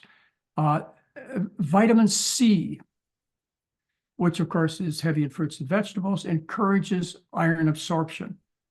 So you might include some more vitamin C. Dairy products cause iron deficiency anemia. So if you're on any dairy at all, you need to be off. Okay, the calcium in the dairy complexes, the calcium and phosphorus complex iron and make it unabsorbable. And the dairy protein causes bleeding in the gut. You have to get off the dairy. Taking iron supplements, they make you constipated. They turn your stool black. Over the long run, they may increase your risk of heart disease, but not just taken for a short period of time. But usually they're not necessary. You just correct it with food. But if you want to take the supplements, I don't think they're of any major harm. I would probably prescribe them on occasion if I thought it's the right thing to do. Take the supplements, but you got to look for the reason for the low. She said she's been following your diet for 3 years, and isn't the donation is what making it low? That could be too. That's a good thought, AJ. Yeah, I mean, if you're giving blood a lot, you ended up with a low hemoglobin. Well, I mean, you don't do enough doctors, it came to me. So that's interesting. Yeah. That's actually an issue. That's actually an issue published in our medical journals recently over the last few months about how all the blood taken during a hospital stay from a patient results in a significant blood loss. So they're starting to figure out ways they could just use a little tiny drop of blood to do the same testing as opposed to a whole tube. And when you're in the hospital, you're often having 2 or 3 or 4 tubes of blood taken a day. So you can become, as you mentioned, you can become iron deficient and anemic just by giving blood, either because you need lab tests or you donate the blood. So thanks, that was a good thought. Well, thank you. And just, I guess if you talk to doctors enough, you start thinking like one, because one of the regulars on the Chef AJ lineup, who's one of your biggest fans and was a star McDougall, or Dr. Peter Rogers, he feels that having lower iron is better for health, especially for people that maybe have cancer. And so I don't know much about that, but he has mentioned that it's better to not be high in iron. It is, and because iron is an oxidant. So it makes oxidized everything, and oxidized, which makes it very reactive, which makes it very damaging to the tissues. Now, one of the reasons that people felt that iron caused more heart disease is because women have lower heart disease rates than men. Women menstruate and have lower blood levels than men. They lose iron every month. And the other is the observation that people who donate blood have lower heart disease risks than people who don't. Well, that could be for 2 reasons. One, you're getting rid of the extra iron, which is an oxidant, or 2, maybe they come from the same group of people. In other words, it's confounding. People who are conscientious to give blood are probably also, or more likely also, to be conscientious of their diet and not cigarette smoking, etc. So it just may be a confounding factor. But I agree with him, is that high iron levels may be very toxic in terms of oxidation, which leads to cancer and heart disease. Yeah. Are you interested in what he wrote to me about it, Dr. McDougall? And there's some Dr. Zakaransky, who's considered the world expert on ferritin, saying it's one of the best predictors of longevity. And that he said that cancer needs iron to grow. Serum ferritin, it's easy to lower quickly with blood donations, more slowly to avoid fortified food, exercise more. The ideal ferritin is 50 to 60. And then, of course, he just talks about the ideal food is potatoes and sweet potatoes, a low protein starch. So anyway, I thought that was kind of interesting. Well, it is. And again, if you, and you may have to tell a little bit of story to get there. But if you start studying this enough, you'll find that it all comes down to, it's the food. And again, just like our discussion of iron deficiency, why do you develop iron deficiency? Well, you have heavy menstrual periods from the Western diet. So you have excessive blood loss. You have all kinds of GI problems that cause blood loss, all the way from hemorrhoids to gastric ulcers, diverticuli, colon cancer, diverticulosis, and they're all due to the diet. So, except for infections and falls, in gunshot wounds and bow and arrow shots, auto accidents, etc., you can be pretty much immune from 90% of the illnesses that plague our society by getting this message right. It's the food. In the year 2004 and 5 and 6, everybody's going to know this, because we're going to go out and spread the good news. We're going to tell them, we're going to show them the truth. The truth can't hide anymore. And neither can the polluters, liars, and cheaters. We're going to get you. Yeah, we are. Nice. Okay, so here's a question from Darlene. I have recently heard of a product called MSM, which is supposed to cure just about anything from cancer to Lyme disease to autism. I find this hard to believe, a little too good to be true. Do you think this could be hurting desperate people that may have tried everything for their illnesses? I think it's some sort of bleach. It's another one of the supplements. MSM used to be promoted with St. John's wort. And my distant memory is that they both have effects on depression and general body health. I think the research supports St. John's wort as far as relieving depression. But again, I'd have to review it carefully. MSM, which is an abbreviation for, I don't know, for a chemical compound. I don't remember what it is. I haven't made much research supporting its benefits. But you don't need these things. You don't need, you could just go back to the basics. You get a safe amount of exercise, safe kind of exercise, an adequate amount of sunshine, and you eat the right food. You just be fine. You'll want to avoid bows and arrows and people who have COVID. You got to do that too. Yeah, we did that. Anyway. It's been an amazing, what has it been, since 2019? So it's been what, 5 years? It's 5 years since this all started. Because of social distancing, Mary and I have pretty much avoided all illnesses. It works. Social distancing works. Of course, you don't have any friends or relatives that will come and see you anymore, but it works. I'm sure, just like we've made the right balance there between being safe and enjoying your friends and family. Yeah. Somebody's asking if you're a fan of the RSV vaccine that some people are getting now? I don't know yet. People keep asking me that, and I want you to keep asking me that. Every article that comes out on RSV, I'm going to read. And when they start showing that people miss work less often, have fewer days of sickness, then I'm going to start recommending it. But I haven't seen that yet. And I look, so RSV is something I'm considering being vaccinated for if it works. But I'm not going to get any more flu vaccines. I stopped getting those about 30 years ago because they don't work. That's why, not because I fear vaccines. It's just the problem is they don't work because of variants, because of genetic shift, because what's infectious today is not infectious tomorrow. A new virus comes around and they made the vaccine against the old virus. And we're seeing the same thing with COVID. We got the first 2 COVID shots, Mary and I did. We get more once things become stable. But right now, Every day in the paper, you read about a new COVID variant, which is not affected by the current vaccines. So if RSV turns out to be stable, like chickenpox and smallpox and measles and hepatitis, these are vaccines that have a reputation for having a stable virus that we can make a vaccine against, then I'll take it. I'll recommend it for you. But I don't want you to take something that has side effects and costs and inconvenience and risks if the benefits don't outweigh it. Right now, I can't say that, but hopefully I can. I don't want to get sick.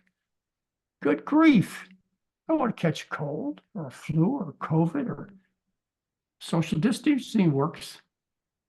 And they say, and there's good evidence that if you eat a good diet, you have much, much less chance of having serious complications from infections, all the way from RSV to chickenpox to hepatitis to COVID. People who eat well seem to survive these illnesses, viral illnesses. Well, you'd think so. Your immune system's better. Your body's not busy fighting off all the garbage you just ate for breakfast, lunch, and dinner. So yeah, we avoid hospitalizations and intubations and death. So the research says. You can always do public health measures. Wash your hands, social distances, masks. You could do those. It don't cost you anything. You can always eat a good diet. The drugs so far are of limited value. And of course, they're very political and controversy too, particularly the vaccines. So I would rely on the things that cost you nothing that you could do yourself that really do work.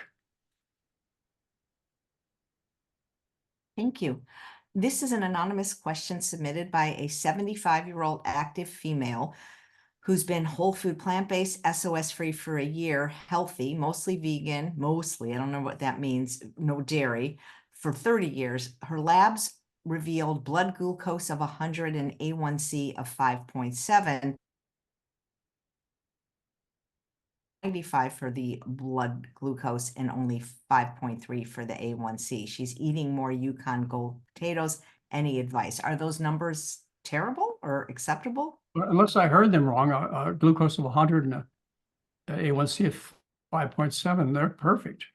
Yeah, so why I guess she's worried that the blood sugar was 5 more and the A1C was 0.4 more.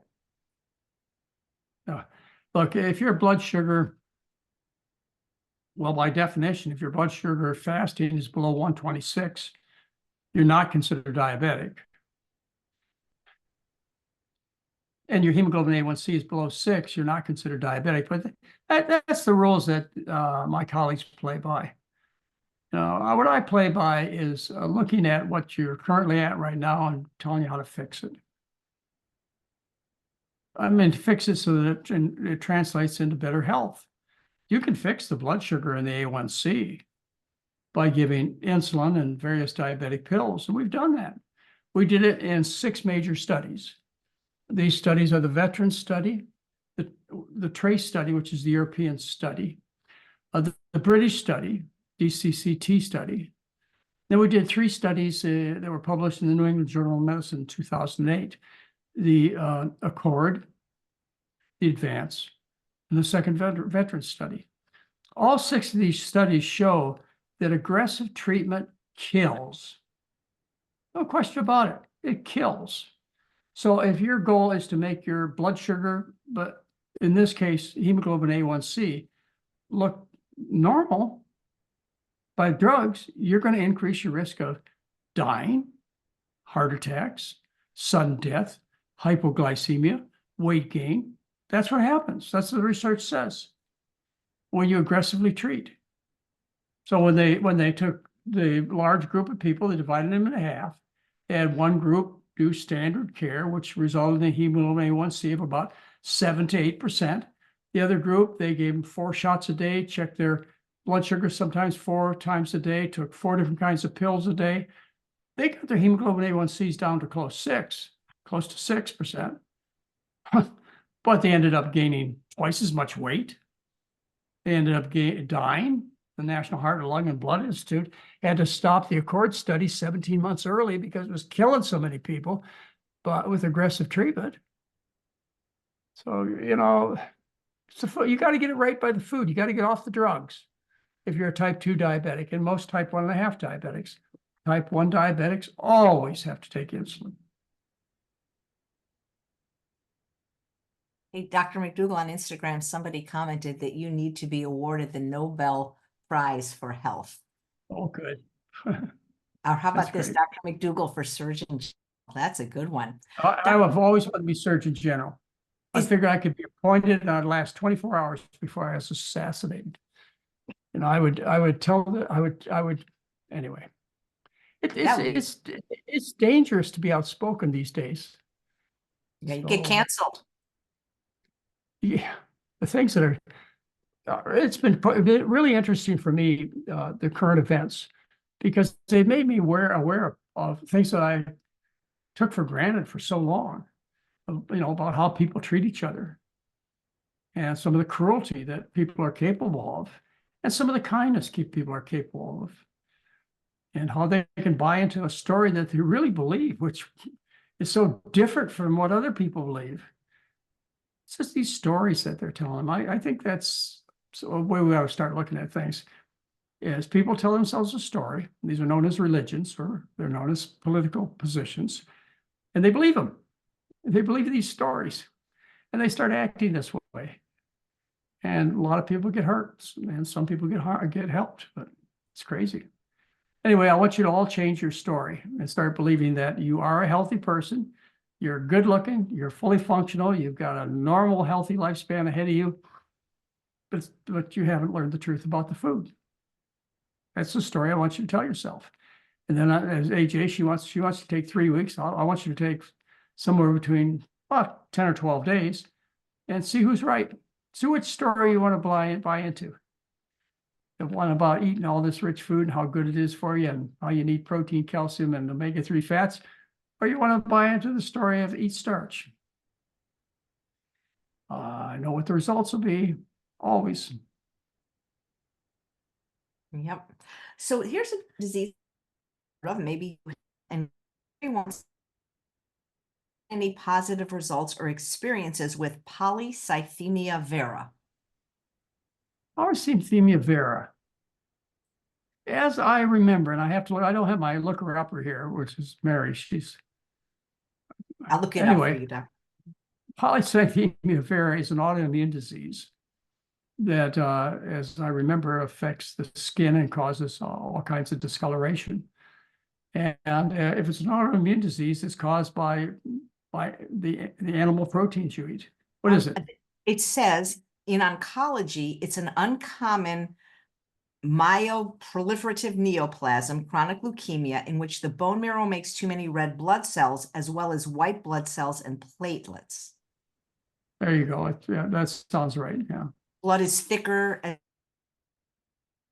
and so more what common is the question?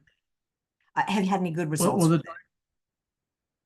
Will the diet help? Is that the question? Or just have you seen anybody with it that's had good results? I've seen people with polycythemia vera, but it's been, you know, since I've been in general practice, which I stopped doing in 1987. So I probably before 1987, I saw people with polycythemia vera. And, you know, as you wrote about it, I do remember and being related to cancer. And the question is, should you follow a good diet for this condition? Will it cure it? I don't know. Should you follow a good diet? Absolutely. Absolutely. No matter what happens to you, you ought to follow a starch-based diet with fruits and vegetables because that's the human diet. Because there's no other diet that will cure these other things. We get that question all of a sudden. Will it help with this? Will it help with this? Even if it doesn't help with that, it's going to help with everything else. So what other diet would you possibly follow? Well, like, for example, if you cut off your foot, what diet do you follow when you cut off your foot? Same okay, if you have a racehorse and a racehorse breaks its leg, do you put it on cat food? You know, there is one diet for you, whether you have tuberculosis, whether you got hit by a car, whether you're entering a beauty contest with a skimpy bathing suit on, or you're a football player, or there is one diet for human beings. So, are there any variations of that diet that make it more effective? Yeah, but they're restrictions. They're not additions. Like, for example, when people have liver or kidney disease or osteoporosis or kidney stones, I ask them to eat far less protein, far less. So they cut back on their beans, peas, and lentils. And maybe they add some simple sugar to reduce the protein further. There are some allergies that people have to certain foods. Don't eat them. If you're allergic to wheat or strawberries or whatever, don't eat it. Again, it's taking things away. There are people with very, very severe kidney disease and heart failure who have to put on an extremely low salt diet. Again, the diet varies by restrictions, not additions. People with high triglycerides and heart disease, I may cut down on their fruit and juice and other simple sugar intake because these simple sugars raise triglycerides, which sludge the blood, which can't make the circulation better. It has to make it worse. So it's a starch-based diet with fruits and vegetables. And there are some modifications. If you look in the book, The McDougall Plan, which, by the way, I think Heather is still giving the books away free. I don't know if she's got back from her vacation and taking them down yet, but if you hurry up today and you go to our website and you start looking at books that I published, that I have the copyright on, like the McDougall Plan, McDougall's Medicine, A Challenging Second Opinion, the McDougall Program for Women, the McDougall Program for Heart Disease, the McDougall Health Supporting Cookbooks, Volume 1 and 2. They're all free. Give them to 10,000 of your friends and relatives. They're free. Give them out for New Year's gifts. They're free, and they really don't need any updating. The other books are cheap, like The Starch Solution and The Healthiest Diet on the Planet, and the weight loss book. The publishers still own those titles. They've owned them for 30 years. Why? Because they still make money off of them. Why? Because they're big sellers. And I'm glad of that. But half the books we own. And I'm sure the publishers regret giving us the copyright back on those books. I have no doubt. Penguin Putnam, which has another name now, Penguin Putnam Dutton Plume, I think it is. You gave me up a few years back. You let me have those books back. Now they're still big sellers. Called backlists. But I own them. You don't. And Heather gave them away for this Christmas vacation, the holiday vacations. Anyway, yeah. Thank you. The truth don't change. So if you read the stuff in these books, you go, oh, he published this in 1984. Look at this. All the references are before 1984. How can that be? Can't be true. Excuse me, that's what was available in 1984. But if you attend 5 o'clock Pacific time, Sunday nights on our YouTube channel, McDougall channel, Mary and I and Heather will be there live. And anytime I feel like it, which happens to be every week, I'll bring you up to date on current publications that tell you that the truth don't change. And it was all well established before 1984 when it comes to the right diet and proper medical care. And in the meantime, people's egos and their money have gotten in the way of the truth. So you don't hear about it. Nice. Here's a question about water and minerals. Heidi, she said she has well water and was advised by a naturopathic doctor to use a reverse osmosis filter for drinking and has been doing so for several years, but recently learned that reverse osmosis filters also eliminates minerals the body needs, such as calcium and magnesium, which could lead to osteoporosis. Should she change her filter or add minerals to her water, or should she even be concerned? Okay, let me tell you where this comes from. And one of the advantages of being around for a half a century and more is that I read the original research. This comes from studies of well water. And what they find, of course, about well water has lots of minerals, is people who drank from wells had a higher rate of heart disease. This falls back into the discussion we had about iron and how iron is an oxidant, which is damaging to the arteries and tissues and so on, and increases your risk of heart disease at least. So that's where it comes from, is the fact that they saw a lesser incidence of heart disease in people who drink these high mineral waters. And she's right. There's calcium and all kinds of minerals that come from. You need iron too. They come from your drinking water, but most cases they're pretty small amounts. And as far as putting it through an osmotic filter and taking every single one of the minerals out, doesn't matter. You get plenty of minerals from the basic food. So again, I would send you back to chasing the basic food. Most of this is likely a confounding issue, is the fact that people drink from wells, I would suppose, are mostly farmers. And most of the farmers eat what they grow, cows and pigs and chickens. So I think it really goes back to the food. I doubt there are very many farmers on starch-based diets, or people drinking even well water and city water on starch-based diets. So it's a pretty fair estimate. I think there's some confounding issues here, even though there's a little bit of truth. There's always a little truth. The question is, are they going to blow that little truth into something that is, in its totality, correct or incorrect, and will result in harm or good to you and your family? But there's always a little truth, and I always look for the truth. And then I look how they spun it to make you believe something that favors usually their products, so they make more money. So that's the way the world works. It works on money. Sad to say. You know that. I'm not telling you anything new. This has nothing to do with it. It has. We're not isolated from the problem, the field of nutrition and medicine, from the human problem of greed. Yep. All right, let's see. I saw something in the chat. Somebody's asking if you have, if you wear sunscreen, do you still need to take vitamin D? But you don't want people to take vitamin D anyway, right? No, I don't. The sunshine will go through your protective sunscreen filters adequate enough to prevent vitamin D deficiency. You don't need much sunshine.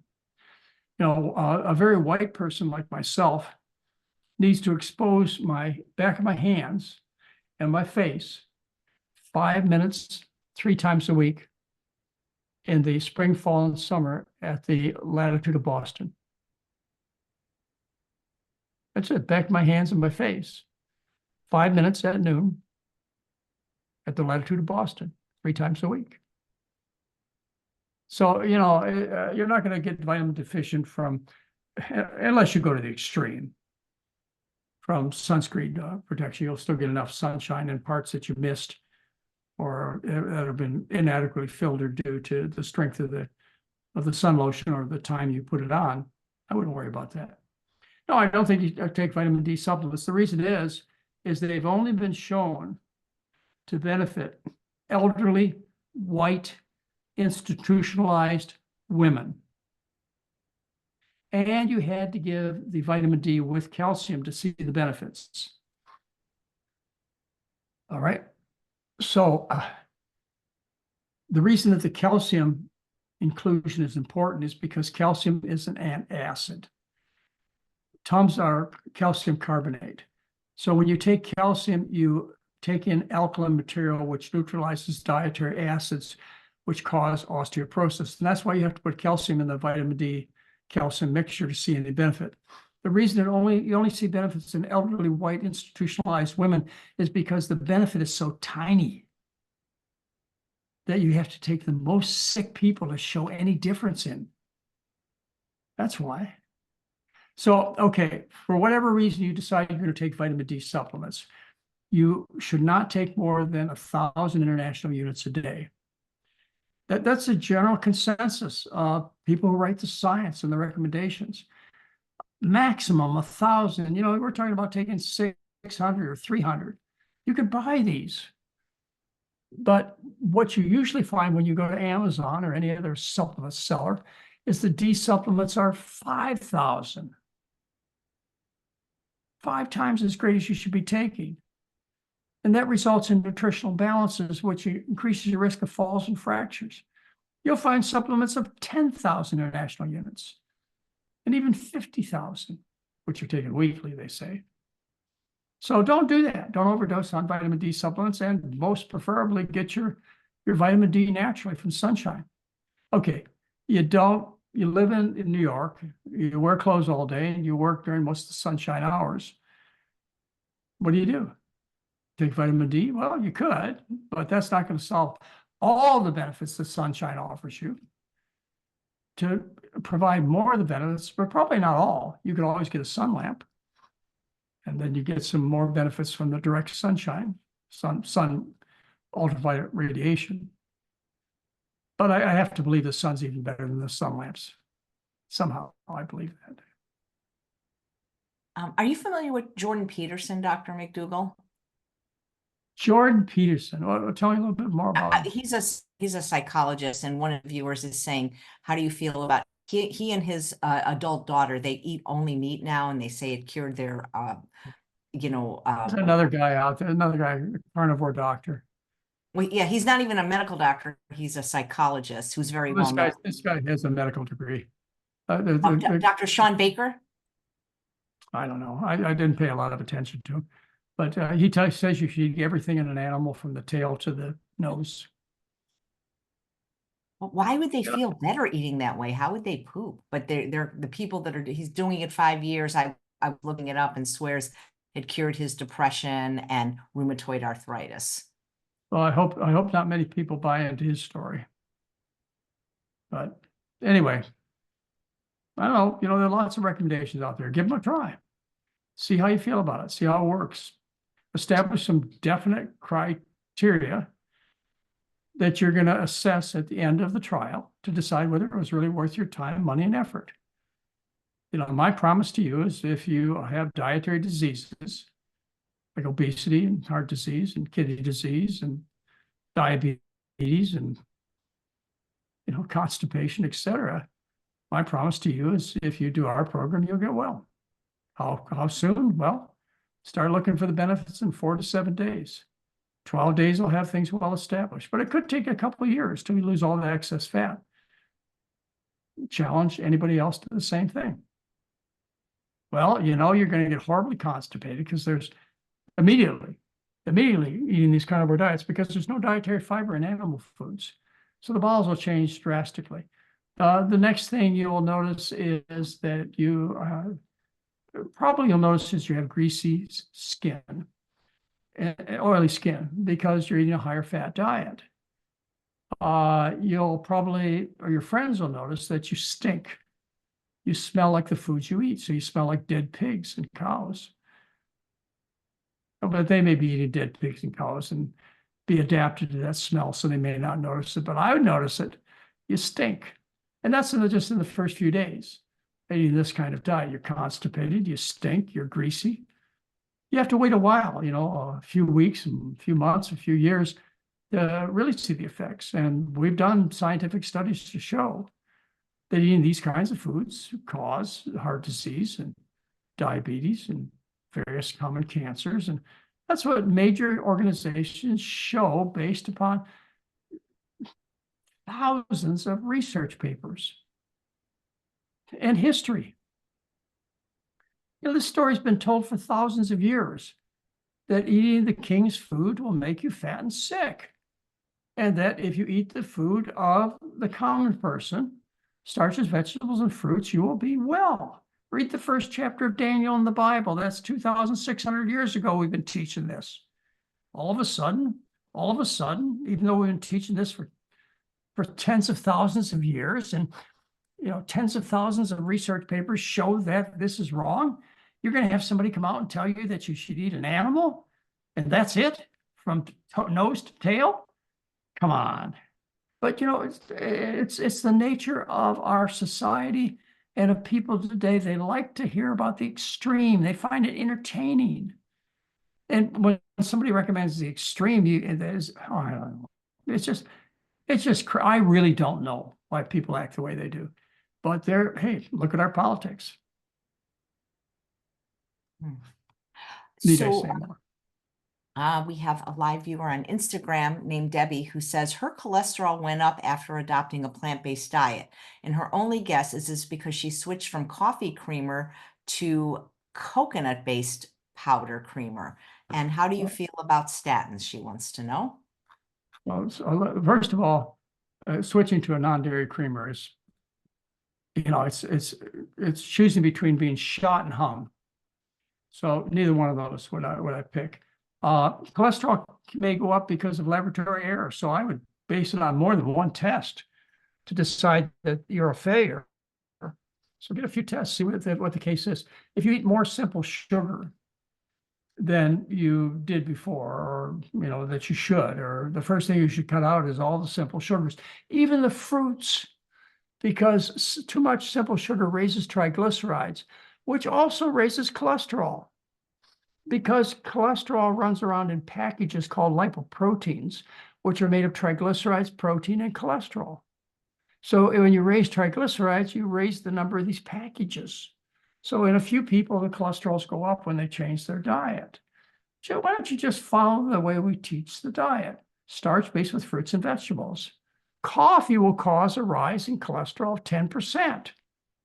Decaf coffee of 11%. So there are a whole bunch of factors involved here, and you won't be able to answer it until you do the test. Put it to the test.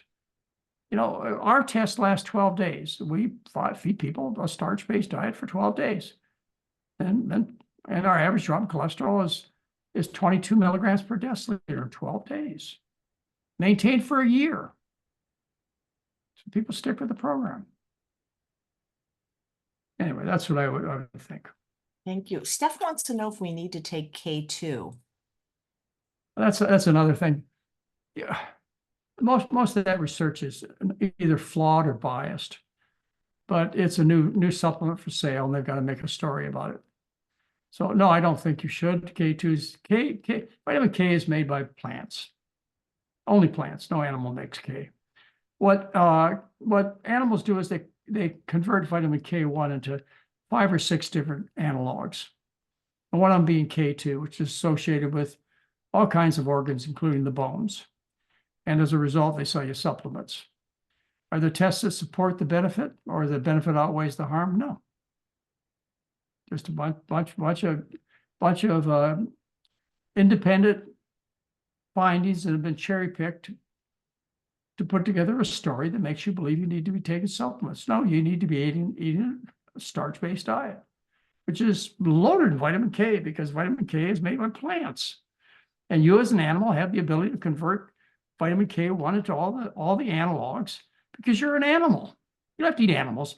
You're an animal. You can do the things that other animals do just as well. You're even better than they are. Good grief. Oh, I don't want to say that. That seems like a real biased statement. I take that back. I do. So there are a lot of people out there who believe that the animal kingdom should be more appreciated than the human race. But I don't want to get into that argument. Teddy bears are beautiful. Koala bears are even more lovely. I love koala bears. So somebody's saying that her dad's blood numbers are at 2.1 for prostate. He's eating a plant-based diet and also taking meds to lower his numbers. What else can they do? Help. Well, you can do lots of things, but what can he do to cause him more good than harm is the question.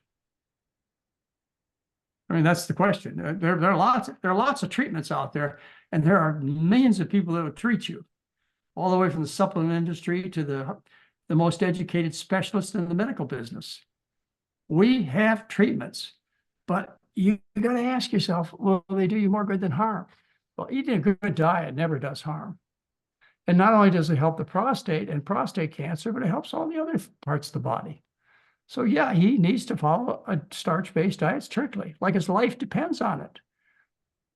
Because Dean Ornish's work shows that a starch-based diet lowers PSA levels and also shrinks the size of prostate cancers.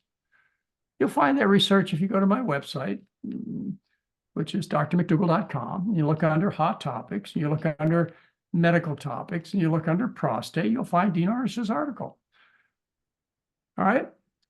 You can also do other things. You can do nothing, which is what your dad has been offered, which is called watchful waiting. Why does the medical profession tell men that you can just observe your prostate, and they don't tell women they can observe their breasts when they have cancer? See, breast cancer and prostate cancer are analogous. One occurs in men, one occurs in women, but their natural history, their cause, their development, their treatment response, basically the same. But because it's a male-dominated medical business, we give men an extra chance. We tell them they don't have to go into these dangerous, useless, costly treatments. But we don't tell women that. We push them right into these aggressive therapies. Just a side note. Okay, so you can go aggressive. You can do radiation. You can have the prostate removed. You can have special kinds of radiation with little localized radiation seeds. They'll cut various parts of your prostate up, but never have them been shown to save lives, ever. Or you can give drugs, hormones. And I think the hormone deprivation therapy is going to be of value. Androgen male hormone deprivation. Just like in women, female hormone deprivation is of tremendous benefit in terms of survival and recurrence of breast cancer. So you take estrogens away from a woman, and there are various ways to do that. They do better. And I believe if you take androgens away from men, they'll do better. We once tried giving estrogens to men. That was how much the separation between this being a female and male disease was, well, of course, females don't get prostate cancer. So we started treating men with estrogen who had prostate cancer. Oh, they did worse. They ended up having more heart disease. So we don't do that anymore. Yeah, that's how that theory goes. So I would strong diet, maybe consider and androgen deprivation. Talk to your doctor about that. Only do the surgery or radiation for symptom relief. In other words, you can't urinate, or you had horrible pain someplace. Symptom relief. It's not going to save lives. It's already too late. The cattle are already in the barn. The disease is spread all over the body by the time you find it. Always, if it's a cancer. She said he's on some medication to lower the numbers. Oh, it's an anti-estrogen. Actually, anti-testosterone, androgen male hormones. That's what it was. Well, I don't know. Remember what one it was. Mm-hmm. Yeah, it does lower PSA. It shrinks prostate too. So prolonged life, questionable. But I would certainly look in that direction. I look at the basic research. In other words, I encourage you to do it.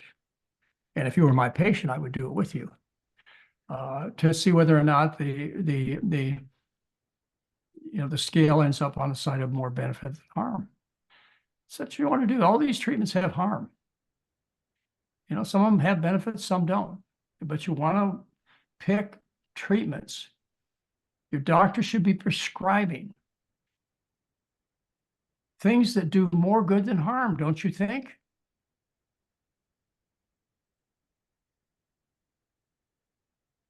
Yep.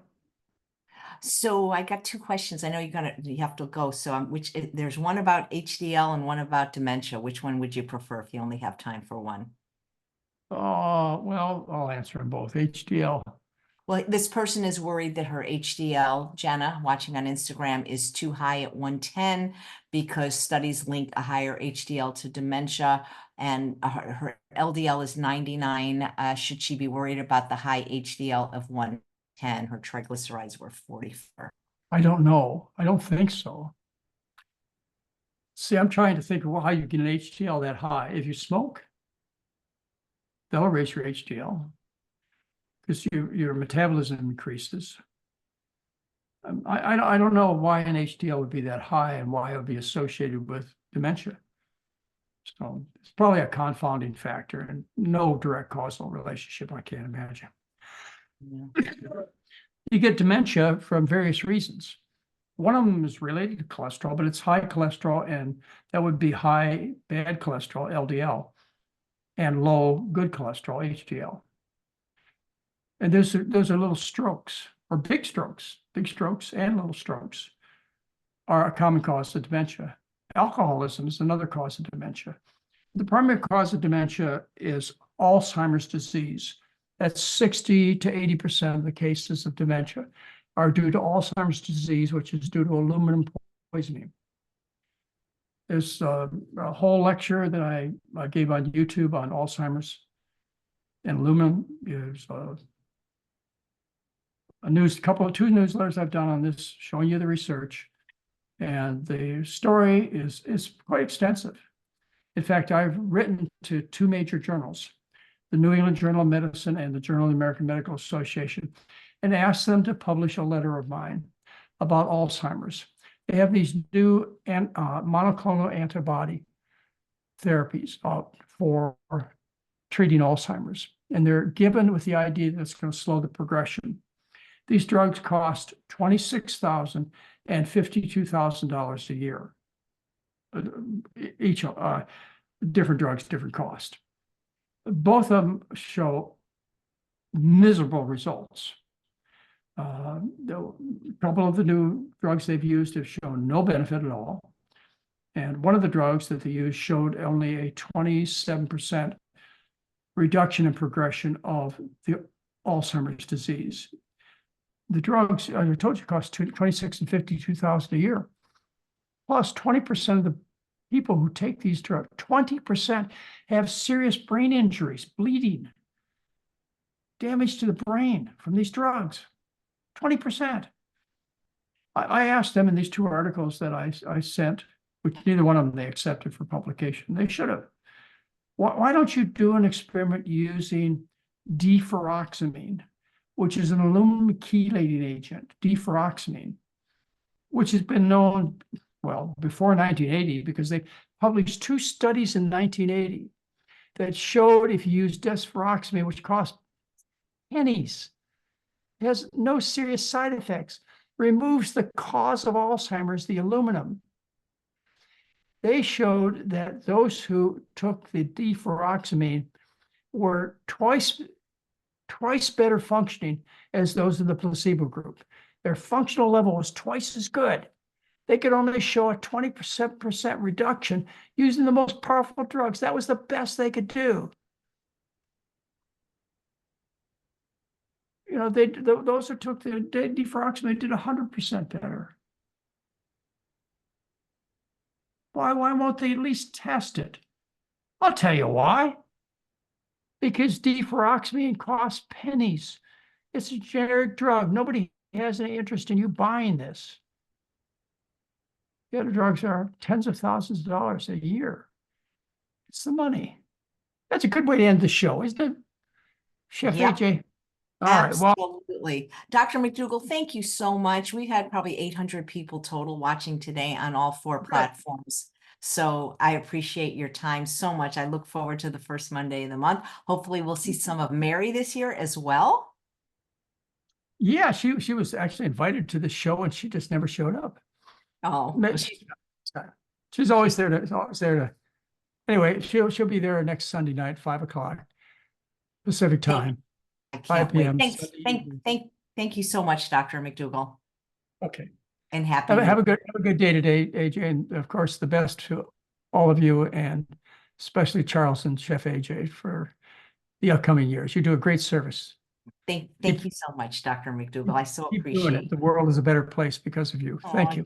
Thank you. And thanks to all of you for watching another episode of Chef AJ Live. Please come back in 15 minutes for Mariana Figueres Fernandez. She had cancer at the age of 11, and so did her mother. So at 15, she went vegan. Now, at the age of 21, she not only is attending both nutrition dietetics school, but medical school in Spain, and she has already published research in the medical journal. We will be broadcasting starting at 12:15 today, New Year's Day, until midnight. We have 11 more guests and 10 more shows. So these will only be live on YouTube, though. We're not multi-streaming the 12 hours. So please hop on over on YouTube because that's where we can see your comments, etc. Happy New Year, everyone. Thank you so much for watching. If you like what you see, consider subscribing to YouTube, and happy, healthy, and prosperous New Year to everyone.